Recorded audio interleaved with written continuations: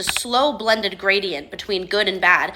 And no matter where you fall on here, if you're not here, I don't like you. Okay, listen up. Dating a man who can't give you what you want is literally a humiliation ritual. Yeah, I said it. You probably noticed that many women who shout, "I'm independent," only want the top 1% of men. Exactly. Today you're going to see a parade of demands so unrealistic they make you wonder, do they want a relationship or a luxury sponsor? On one side, women claiming they hate all men, except the ones who live like superheroes. On the other, women who immediately reject any guy who makes less than their father. And in the middle of all this chaos, a generation that turned love into a transaction, affection into a contract, and men into premium service providers. I am so sick and fed up of men using the argument, it's not all men, it's not all men. So I'm gonna draw this out for you. Okay, so at the bottom, we have the worst of the worst. We have rapists, pedophiles, murderers, you're in jail, you're a horrible person. We can all unanimously agree as a society, these are very, very, very, very, very bad people. Okay, that's bottom of the bottom. And then we have a little scale. And then at the top here, we have men who speak up for women, men who advocate for women, men who protect women, and men who confront all of the other men. That's where you're missing me. I'm not saying it's a 50-50 scale of good and bad. I'm saying that this is a slow blended gradient between good and bad. And no matter where you fall on here, if you're not here, I don't like you. I don't like you. So no, when I say I don't like men, that's because the majority of men do not fall here. If you as a man get your shit together and get here, you have my love, you have my support. But you don't, because you don't care, because all of the men that fall here do not affect you. And we're gonna talk about this. So, like I said, bottom of the barrel, we have our bottom 10%, you're in jail, you're a bad person. We can all unanimously agree that you're bad people. There's so many different pinpoints of the type of men that could fall on the bad side, and then the men that fall into excusing it. Almost all men excuse other men because you're obsessed with male validation.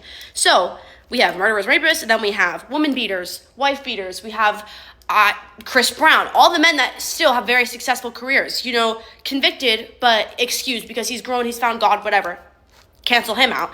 And then we have, oh, well, she wasn't that drunk. I didn't know she was that drunk. And like, yeah, like, it's not that big of a deal. And, you know, I didn't know. You cancel them out. How was he supposed to know? Oh, he didn't mean to assault her. Okay. And then we have a little grope on the subway. We have, I'm going to touch your waist to get behind you at the club. I'm going to say, oh, you're ugly anyways. And I'm going to harass women. You excuse him. You know, he probably has a mental disorder. Okay. He didn't know that you weren't into, okay.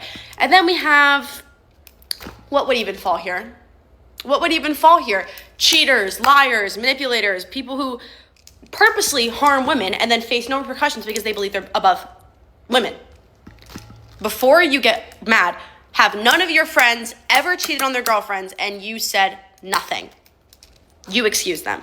And now we'll fall into here. You are a good guy. You treat your girlfriend great. You have female friendships. You have a good relationship with your mom, but you don't speak up because it doesn't concern you. I don't like you. And then we have, you know, like, you don't really associate with those guys. You would cut your guy friends off, but you know, like, you don't want to cause any drama, so you're going to continue being friends with men who maybe fall here or here, but not here, because, you know, you don't want to cause any drama, you don't like the conflict. I don't like you. And then we have here. You would remove yourself from the situation, you're not a huge fan of it, you know, like, it's just, you see a bad guy, you cut them off. Your friend cheats on a woman, you cut them off. Your friend beats a woman, you cut them off. You're fine. You're safe, you're a bitch, but you're safe. And then we have the top maybe 0.3% of men who genuinely fucking care about women and would cut their friends off for doing something like that. They do hold their friends accountable. They do speak up for women and protect women. So when I say I hate all men, you're not giving me much room. You're not giving me any room. You guys want to fucking get yourself up here and care about women? Sure, you have my support. You have my vote. You are the problem. You cannot be mad at women for seeing shit like it is when you are the problem. Thank you. She is the perfect example of the modern speech that lumps all men together while demanding the impossible from the average man, being the moral police of every other guy. She talks as if the real world runs on fantasy, where a man must cut off friends, confront strangers, carry collective guilt, and spend his life seeking female validation, all to deserve her love. The irony? She claims she wants the top 0.3% of men, yet she offers 0% femininity, reciprocity, or emotional responsibility. She demands the top of the masculine hierarchy while offering nothing but resentment and generalizations. Deep down, her speech isn't about protecting women. It's about controlling men. No, I wouldn't date a guy like this. And I know that the politically correct answer is yes, but I'm not here to be politically correct. I'm here to tell you my opinion. So, some of you already know that I do not come from the generation of old money. The first person in my family who made money is my dad. So instead of multiplying the wealth, I would completely disregard it, and now my dad has to provide for 3 of his daughters and also for this random guy? Or instead would I have to give up my lifestyle, and now I cannot live where I want to live, I cannot go on the same vacations? For what? For love? Guys, there is this legend that you only can choose love or money. But this is not true, and often some women look at other women and they think that like, oh, she gets cars, she gets apartments, she gets diamonds, but I'm better because I chose love and she's a gold digger. That's not true. You can love somebody wealthy, and often they have traits which are very much admired by women. And one more thing I want to say. I know that I was put in a system in order for me to succeed, because my parents invested a lot in my education and in everything around me. But I still take a lot of pride in what I'm doing and in how much I'm making. So if a man cannot keep up with me, how can I be calm about my motherhood? Because I personally want to be a mother in the future. So will I have to rely on my father for my kids? My father does not have to support my grandkids. It's not his job. It's my job and my future husband's job. And if I cannot give my kids the best father they deserve, how good of a mother I would be. I don't think that's honest towards anybody. And I know that if I would want to make like a lot of audiences here, like if I would want followers, I would say, yes, of course, like money doesn't matter, like it's all about love. But there's a lot to love about me, and a lot of people can love me. I don't have to choose one or the other. And throughout my entire life, I've been dating people who were from wealthy backgrounds, because that's who my parents helped me to surround me with. And so, completely disregarding all of the advantages I was put in order to make my kids sacrifice, I'm not doing this.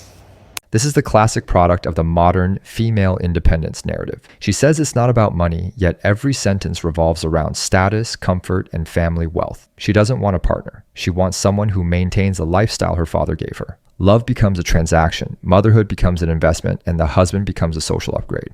She even tries to normalize this mindset as if it were a virtue. This isn't independence, it's selective dependence. And the final irony? Women like her swear they want a rich man. But forget that rich men want a woman who is everything except this. Okay, listen up. Dating a man who can't give you what you want is literally a humiliation ritual. Yeah, I said it. Yeah, okay? It's a humiliation ritual. Why would you date somebody who is not able to provide? Why would you date somebody who can't look after you? Why would you date somebody that is not ticking your boxes? They're not showing up for you. They're not working hard for you, so that means they're not serving you. They're not pleasing you. Why would you put yourself through that? Why would you do that? Why would you do that? What was the reason? What was the reason? I need to know. Let me know in the comments below. I'm actually curious. I'm a curious cat. You guys know how I am. I want to know. Why did you date the man who couldn't give you the life that you deserved? Why? Baby girl, don't worry. We all make mistakes, okay? We live and we learn, and that is what life is about. Download Astra. Astra have a soulmate feature, and Astra will literally tell you the kind of guy that you should be with. I'm not joking. It will tell you the kind of guy you need to be with. His zodiac sign, his moon sign, okay? His moon sign, his rising, his sun, and then all the qualities that somebody like you needs according to your zodiac sign. You're welcome. I love you guys. She's the spiritual coach influencer type. Turns relationships into a service, men into employees, and love into a checklist. She talks about humiliation, as if receiving love without luxury were an insult. And to top it off, she promotes an astrology app as the solution to finding a provider. It's the perfect mix of emotional immaturity and the commercialization of relationships. In reality, what she calls a humiliation ritual is simply her inability to exploit a man who gives more than she offers. Okay, I'm kind of glad that I went through my broke guy phase or dating for love phase when I was young, like in high school and in college. Because I can't imagine doing what I do now and still dating broke guys or dating guys that make the same amount of money as me.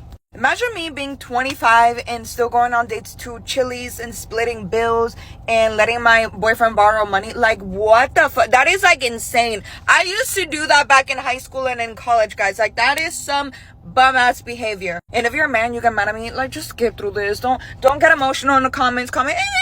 Like, shut up. Like, control your emotions.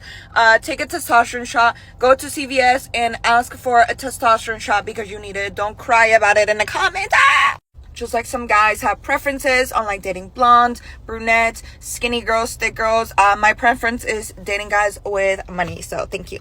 I literally had a boyfriend who was diabetic and he was so fucking broke. This was back in college, guys. So back when I had my college apartment, when he would stay over, he had to get like a bunch of sugary snacks because he was freaking weird in his body. So I went to the grocery store and I bought him sugary snacks and his favorite shit just so whenever he stays over at my house.